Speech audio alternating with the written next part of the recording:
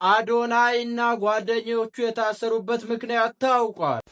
አዶናይና ጓደኞቹ የታሰሩበት ምክንያት ታውቋል። መረጃውን ይዤላችሁ መጥቻለሁ።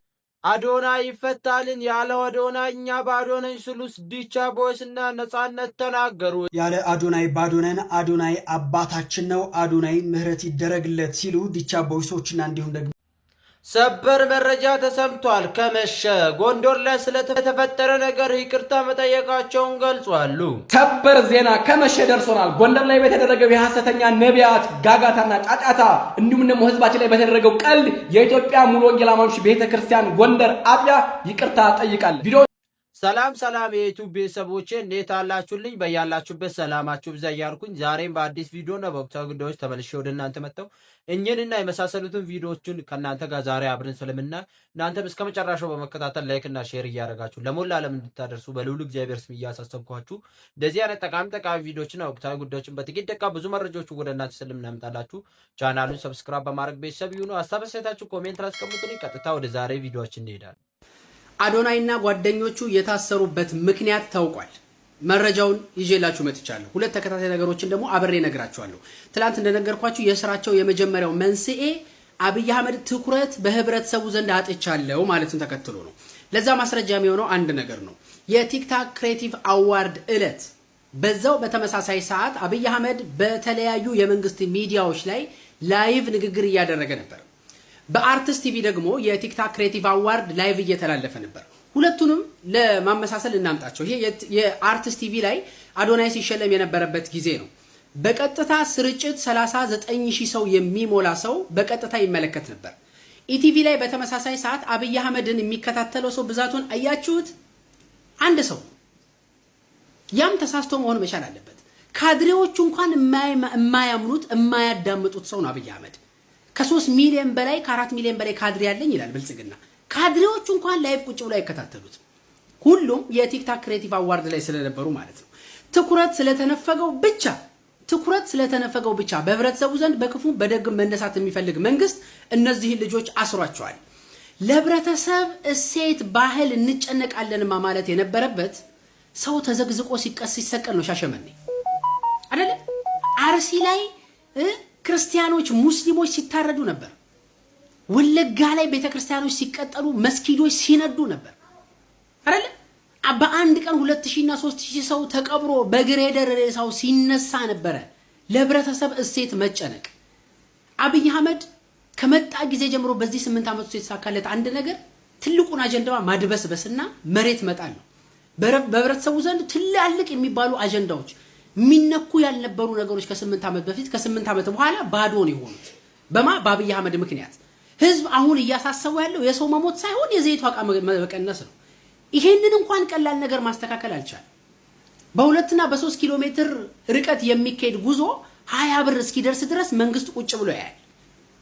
ዘሪቨርስ ደግሞ ህዝብ ያሳስበዋል ብሎ የሚያምነው ያንዲት ነጠላ ልጅ የሆነ ቲክቶክ ክሬቲቭ አዋርድ ለብሳ ሄደችው ምናምን ልብስ የህብረተሰብን እሴት ይንዳል ይላል። ህዝብ እኮ እንደ ህዝብ ባዶ ሲቀር ድረስ እኮ ተጣልቷል። ኢትዮጵያ ውስጥ አንድ የሚያደርግ ትርክት እስኪጠፋ ድረስ በአንድ ባንዲራ እስከማንስማማ ድረስ ህዝብ እሴቱን አጥቶ ባዶ ቀርቷል። አብይ ግን የሚያወራው አሁንም ተራ ልወደድ ባይነት። ለዛውም እነዚህ ልጆች ነገ ከእስር ቤት ሲወጡ አብይ አህመድን ይቅርታ ጠይቆት ነው የሚወጡት። ለዚህች ነጠላ ምክንያት ብሎ ትላልቁን የህብረተሰብ አጀንዳ አድበል ብሎ ጥሎ ባዶ አድርጎታል። አብይ አህመድ ማለት ይሄ ነው። ነገም ነቅተህ እስካልተከላከልከው ድረስ ህዝብ መብቴ ይከበርልኝ ብሎ አደባባይ እስካልወጣ ድረስ በጫካ ያሉት ወገኖቹን ደግፎ እስካልተነሳ ድረስ አብይ አህመድ በዚህ መልኩ አርቲስትነቱን ይቀጥላል። ያለ አዶናይ ባዶነን፣ አዶናይ አባታችን ነው፣ አዶናይ ምህረት ይደረግለት ሲሉ ዲቻ ቦይሶችና እንዲሁም ደግሞ ነጻነት ጥሪ ያቀረቡ። አዶናይ በቁጥጥር ስር መዋሉ ተከትሎ ይረዳቸው የነበሩ ግለሰቦች ስሜታዊ የሆነ ጥሪ አስተላልፈዋል። አዶናይ በቲክቶክ ስራው ሲረዳቸው የነበሩት ዲቻ ቦይስና እንዲሁም ደግሞ ነጻነት የተባሉ ወጣቶች ለሚመለከተው አካል ምህረት እንዲደረግለት ጠይቀዋል። ለዚህ ወጣቶች ስለ አዶናይ ያላቸውን አክብሮትና ጥልቅ ፍቅር ገልጸው በህይወታቸው ላይ ያሳደረው በጎ ተጽዕኖ በስሜትም አብራርተዋል። እኛ ያለ አዶናይ ባዶነን፣ እሱ አባታችን ነው። ትንሽ ህይወታችን የተሻሻለው በሱ እርዳታ ነው። ስለዚህ ይህ ጉዳይ በይቅርታ እንዲታለፍ ሲልም ለሚመለከተው አካል መልእክት አስተላልፈዋል። አዶናይ አይዞ አባታችን ፈጣሪ ካንተ ጋር ይሁን እንወዳለን ሲሉ ተደምጧል። እናንተስ በዚህ ጉዳይ ምን ትላላችሁ? ሀሳባችሁን አጋሩ። እኛ ያለ አዶናይ ባዶነን፣ እሱ አባታችን ነው። ትንሽ ህይወታችን የተሻሻለው በሱ እርዳታ ነው። ስለዚህም ይህ ጉዳይ በይቅርታ ይታለፍ ሲሉ ዲቻ ቦይስና ነጻነት ለሚመለከተው አካል መልእክታቸውን አስተላልፈዋል። ቲክቶከሩ አዶናይ መታሰሩን ተከትሎ ነው እንግዲህ እነዚህ ይረዳቸው የነበሩ ወጣቶች በጥልቅ ስሜቱ ነው ፍቅራቸውንና አክብሮታቸውን ከገለጹ በኋላ ይቅርታ እንዲደረግለት ጥያቄያቸውን ያቀረቡት። የአዶናይ እናት ወይዘሮ አበባ ገብሩ ልጃቸው እንዲለቀቅ እንደምትመለከቱት በእንባ እየጠየቁ ነው። የማህበራዊ ሚዲያ ተጽዕኖ ፈጣሪው አዶናይ በቁጥጥር ስር መዋሉን ተከትሎ እንደምትመለከቱት እናቱ በእንባ ታጅበው ልጃቸው ምንም ጥፋት እንደሌለበትና እንዲለቀቅ እየተማጸኑ ይገኛሉ። ማርያም ማርያም ብለህ የጠራሃት ማርያም ማርያም ማርያም ማርያም ጭንቅ በመከራ አዛኝቱ ከለላ ትሁን፣ ከቀኝ ከግራ ከፊት ከኋላ ሁላችንም ከጭንቅ ከመከራ ትጠብቀን። እመቤታችን ስሟን ያነሳ ዘንዶው ይነሳበታል፣ የታወቀ ነው፣ እናውቀዋለን።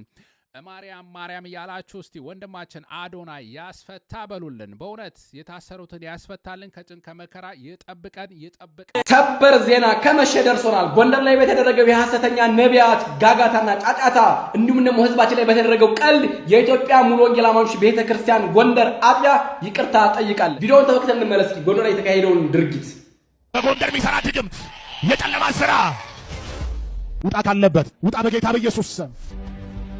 መተት፣ ሟርት፣ የጨለማ አሰራር፣ የበሽታ አሰራር፣ የሟርት ስራ ውጣ ካለበት ቦታ ደብተራ ተወስዶ የተሰራው ችግላቴና ውጡ በጌታ በኢየሱስ። እንደሰማችሁት የኢትዮጵያ ሙሉ ወንጌል አማኞች ቤተክርስቲያን ሰሜን ምዕራብ አጥቢያ ወይም ደግሞ አዘዞ አጥቢያ ለኢትዮጵያ ኦርቶዶክሳዊ ቤተክርስቲያን ምዕመናን ይቅርታ ጠይቃለች። መረጃው ከመሸ ነው የደረሰን። እሱን ደግሞ አነብላችኋለሁ፣ ስክሪን ላይ ያሳያችኋለሁ ማለት ነው። እንደዚህ ይላል። ለኢትዮጵያ ኦርቶዶክሳዊ ቤተክርስቲያን እምነት ተከታዮች ወንድሞችና እህቶች በሙሉ ጉዳዩ ይቅርታም ይመለከታል። የጎንደር ሙሉ ወንጌል አማኞች በህብረት በየዓመቱ መንፈሳዊ ፕሮግራም እንደሚያደርግ ይታወቃል። ይሁን እንጂ በዚህ ዓመት ማለትም ህዳር 26 2018 ዓመተ ምህረት የተደረገው ፕሮግራም ከባለፈው የተለየ እና ከኢትዮጵያዊነትም ሆነ ከጎንደሬነት ባህል ያፈነገጠ እና በተለይም የኦርቶዶክስ እምነት ተከታይ ወንድሞችና እህቶችን በእጅጉ ያሳዘነ በመሆኑ ይህን አይነት ስህተት ከዚህ በፊትም አላደረግንም፣ ከዚህ በኋላም አናደርግም። አሁን በተፈጠረው ስህተት ግን ከልብ ይቅርታ እንጠይቃለን። እግዚአብሔር ኢትዮጵያን ይባርክ። የኢትዮጵያ ሙሉ ወንጌል አማኞች ቤተክርስቲያን በነገራችን ላይ ስለ ይቅርታው እጅግ በጣም እናመሰግናለን። ድምጻችን ተሰምቷል፣ ጮታችን ተደምጧል ማለት ነው። ምንም እንኳን ይሄ ህገወጥ የሆነ ይሄ ጎረምሳ ይቅርታ ባይጠይቅበትም ግን አጥቢያው ይቅርታ ስለጠየቀ እጅግ እናመሰግናለን። ነገር ግን እዚህ ጋር ሰታይበታል የደብዳቤው ላይ። ምክንያቱም ይቅርታ መጠየቅ ያለበት ለኢትዮጵያ ኦርቶዶክሳዊ ቤተክርስቲያን ቅዱስ ሲኖዶስ እንጂ ለኛ ለወጣቶቹ አይደለም። ለኛ አይደለም ይቅርታ መጠየቅ ያለበት። ምክንያቱም የተደፈረችው ቤተክርስቲያን ነች፣ የተሰደበችው ቤተክርስቲያን ነች፣ የተዋረዱ ሊቃውንቶቻችን ናቸው፣ የተዋረዱ ህዝባችን ነው። እንደ ቤተክርስቲያን እንጂ ይቅርታ መጠየቅ ያለበት እንደ ወጣት አይደለም። ይሄ ስህተት ነው፣ ማስተካከል አለባችሁ። አጥቢያው ያስተካክል ወይም ደግሞ ወንጌል ያስተካክል ይሄን ነገር ማለት ነው። ለቀጣይ ነገር ግን እኔ አንድ ጥያቄ መጠየቅ እፈልጋለሁ። ከዚህ ጋር ተያይዞ ለኢትዮጵያ ኦርቶዶክስ ቤተክርስቲያን ቲክቶከሮችና ወጣቶች ማለት ነው እየሄዳችሁ የጎንደር ህዝብ ስትጋፍጡት የነበረውን ብር ለምን አትረቱም? የጎንደር ህዝብ እናንተ ትሄዳላችሁ፣ በየጊዜው ጉባኤ ታደርጋላችሁ፣ ገንዘብ ተሰበሰባላችሁ፣ አካውንታችሁን ሆዳችሁን ትሞላላችሁ።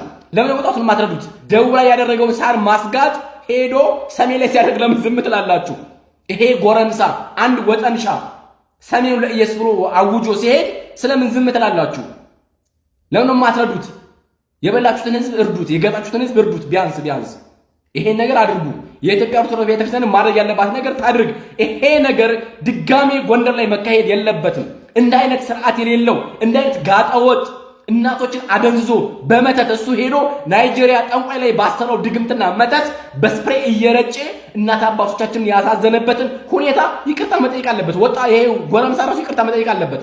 ይሄ ነብይ ዘካርያስ ነኝ የሚል የሐሰተኛ ነብይ የአውሬው የጥልቁ የጨለመው መንፈስ የሚጋልበው ጎረምሳ ይቅርታ መጠየቅ አለበት። ጭራሽ አንተ በደምተራ በምን ይሰራ ድግምት ማለት ትላለህ? ቀለኛ ነው በጣም። ህዝቡ እንደዚህ ልትጫወትበት አይገባም። የተቸገረውን ህዝብ አንተ ተርዳታ እንደመርዳት አይነት ነገር አድርገህ ህዝቡን ኑር ዳህላችሁ ብለህ ወስደህ ፕሮግራሙን የሰራህበት ቀለድክበት። አንተ በእርዳታ መሰበሰብካችሁ ነገር ቀልዳችሁባቸው። ስለዚህ ይቅርታውን እናመሰግናለን። ግን ይቅርታ መጠየቅ ያለበት የኢትዮጵያ ኦርቶዶክስ ቤተክርስቲያን ቅዱስ ሲኖዶስ እንጂ እኛ አይደለንም። በእርግጠኛ ስለተናደርን ሊሆን ይችላል። ነገሩን ለማብረር ነው። ጎንደር ላይ ሌላ ችግር እንዳይፈጠርባችሁ፣ ምናልባት ቸርቻችሁ ላይ ሌላ ችግር እንዳይፈጠር ሊሆን ይችላል። መልካም ነው መዝጋታችሁም እናመሰግናለን። ያን ነገር ማድረጋችሁ እጅግ በጣም ደስ ይላል፣ ጎንደር ላይ ያለውን ነገር። ስለዚህ ይሄ ነገር ይስተካከል። ኦርቶዶክሳውያን እንደተለመደው ባህል ሃይማኖታችንን ማንነታችንን እናስከብር፣ እናስጠብቅ፣ ሃይማኖታችንን እንጠብቅ። የእናት አባቴ ሃይማኖት ሳንል ነገር ግን ተምረንና አውቀን ሃይማኖታችንን እናስቀጥል። ይሄ ነው የሚያዋጣው። ከዛ ውጭ ፕሮቴስታንት ላይ የምታደርጉት ትንኮሳ መቆም አለበት። የምትሰነኩሱ ካላችሁ በድንጋይ ወርወራ የሚሆን ስራ አይደለም። በቃላት ጨዋታው በቃላት ነው። ጨዋታው በእውቀት ነው፣ በማገናዘብ በእውነት በህይወት ነው። ይሄን አድርግ ለማስፈልጋለሁ። ለተለመደው አካውንቱን ፎሎ ቪዲዮ ደግሞ እጅግ ጋብታችሁ ሼር፣ ኮፒ፣ ሪፖስት፣ ላይክ፣ ዲዩት ፌቨራይት አድርጉ። ሰላም በያላችሁበት፣ በሰላም እግዚአብሔር ከሁላችን ጋር ይሁን። በሌላ ቪዲዮ እንገናኛለን። ሰላም በያላችሁበት። የብልጽግናው አገዛዝ ላይ አሜሪካ ማዕቀብ እንድትጥል አንድ የአሜሪካ ኮንግረስ አባል ጥያቄ አቀረቡ። በአሜሪካ ኮንግረስ የሪፐብሊካን ፓርቲ አባሉ ኤርል በዲ ካርተር በኢትዮጵያ ኦርቶዶክስ ቤተክርስቲያንና ሌሎች ሃይማኖት ተከታይ ማህበረሰቦች ላይ ይፈጽሟቸዋል ላሉት ከባድ የሰብአዊ መብት ጥሰቶች በብልጽግናው አገዛዝ ላይ ማዕቀብ እንዲጣል ጠይቀዋል። የኮንግረስ አባሉ አሜሪካ ማዕቀብ እንድትጥል የሚጠይቅ ረቂቅ የውሳኔ ሀሳብ ለህዝብ እንደራሴዎች ምክር ቤት አቅርበዋል። ረቂቅ የውሳኔ ሀሳቡ በሲቪሎች ላይ የሚፈጸሙ ጥቃቶችን ለማስቆም እና ባለስልጣናትን ተጠያቂ ለማድረግ የአሜሪካ ውጭ ጉዳይ ሚኒስትር የተመረጡ ማዕቀቦችን ጨምሮ ሁሉንም ዲፕሎማሲ መሳሪያዎች እንዲጠቀሙ ይጠይቃል። የኦርቶዶክስ ቤተክርስቲያንና የሌሎች ሃይማኖቶች ተከታዮች የጦር ወንጀልና ዘር ማጥፋትን ጨምሮ በርካታ ወንጀሎች እንደተፈጸሙባቸው የሚያሳዩ ሁኔታዎች መኖራቸውንም የውሳኔ ሀሳቡ የሚገልጽ ሲሆን የብልጽግናው ቡድን ማዕቀብ እንዲጣልበት ያሳስባል። የኢትዮጵያ ኦርቶዶክስ ተዋሕዶ ክርስቲያኖች ታርጌትሊ አታክ እንደሚደረጉ ማሳያዎችን በደንብ አቅርበናል። ለመግደል ከመምጣታቸው በፊት አጣርተው እንደሚመጡ፣ ከመጡ በኋላ አይደንቲፋይ አድርገው እንደሚገድሉ ምሳሌ ባገኘነው ጥናት በሰራነው ሪሰርች ቬሪፋይድ የሆነ ዶክመንት ልንገራችሁ። ምሳሌ ባለፉት 3 ዓመታት በኢትዮጵያ በአርሲ ዞን ብቻ ከ900 ሰዎች በላይ ተገድለዋል። ከ200 በላይ አብዳክሽኖች አሉ። ከመኪና እየወረዱ ያሉበት ያልታወቀ፣ በእርሻ ላይ እያሉ እየተወሰዱ ያሉበት ያልታወቀ፣ ከቤታቸው አውጥተው ወስዷቸው ያሉበት ያልታወቁ ከ200 በላይ ሰዎች አሉ። ከ40 በላይ ቸርቾች የተቃጠሉ አሉ፣ የተዘጉ አሉ፣ አታክ የተደረጉ አሉ። 119 የክርስቲያን ቤቶች ተቃጥለዋል።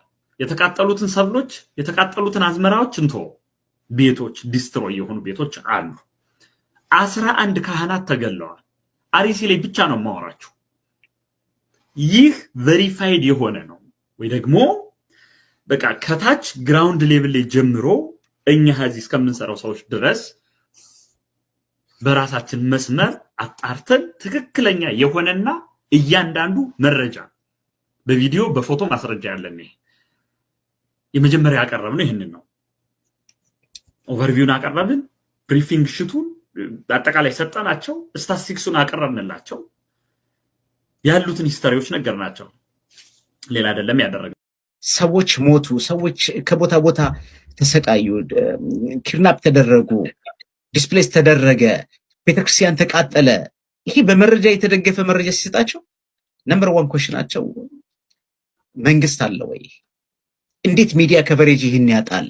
የብዙዎች ጥያቄ የነበረው ይሄ ነበርና አንድ ወርድ ብቻ በትናንትናው ስብሰባ ላይ ተብለናል። እሱ ምንድነው? አክሽን ወስዳለሁ።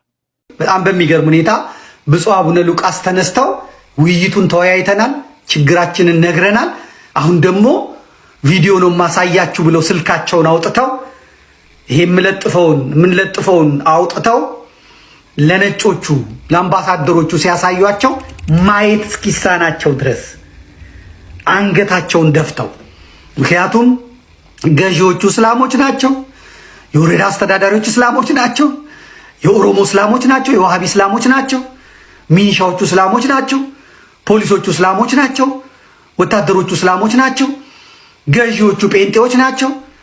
አብይ አህመድ፣ ሽመልስ አብዲሳ፣ አዳነች አበቤ ፕሮቴስታንቶች ናቸው። እየታረደ ያለው ከነገድ አማራ፣ ከሃይማኖት ደግሞ ብሔራቸው የሁሉም የሆነ ኦርቶዶክስ የሆኑ እየታረዱ ነው። በእሳት ሲቃጠሉ፣ ሲታረዱ ህፃናት ምን ያንን አሳይቷቸው እኛ እኮ አለ መረጃ እንደዚህ እንትኑ ሰማለን አማራና ትግሬ አማራና ኦሮሞ የብሔር እንጂ ክርስትናው ላይ እንደዚህ የተጋረጠ እንዲህ አይነት ጭካኔ መፈጠሩን አናውቅም። ምግብ የሚከለክላቸውን ነገር ነው ያሳዩት እነ ብፁዕ አቡነ ሉቃስ ማለት ነው። ይሄ ሊመሰገኑ ይገባል። የዛሬ ቪዲዮ ይህን መስል ነበርና በቪዲዮ እንድትጠቀማችሁና አዳዲስ መረጃዎች እንዳገኛችሁ ስለማልጠራጠር ላይክ በማድረግ ጨርሱልኝ። እንደዚህ አይነት ጠቃሚ ቪዲዮዎችና ወቅታዊ ጉዳዮችን በጥቂት ደቂቃ ብዙ መረጃዎችን ወደ እናንተ ስለምናምጣላችሁ ቻናሉን ሰብስክራይብ በማድረግ ቤተሰብ ይሁኑ። አስተያየታችሁን ኮሜንት ላይ አስቀምጡልኝ። ይኸው የአሩሲ ጉዳይም እስከ አሜሪካ ተሰምቶ አሜሪካዎችን ደግሞ በብልጽግናው ፓርቲ ላይ ማዕቀብ እንደሚጥል እያሳየ ይገኛል ማለት ነው። ጥሩ ደረጃ ላይ ደርሰናል። ጨዋን ብቻ መና አልቀራንም ማለት ነው። ኦርቶዶክሳውያን ሁላችንም አሁንም ደግሞ ለቤተ ክርስቲያን ድምፅ መሆን ይገባናል ማለት ነው። የሚዲያው ዘመቻም ስራ ሰርቶ ለዚህ አብቅቶናል ማለት ነው። እስከ መጨረሻው እናንተ ፍጻሜው እንዲያምር መጸለይ ይገባናል ማለት ነው። ኦርቶዶክሳውያን በሌላ ቪዲዮ እስከምንገናኝ ቸር ቆዩልኝ።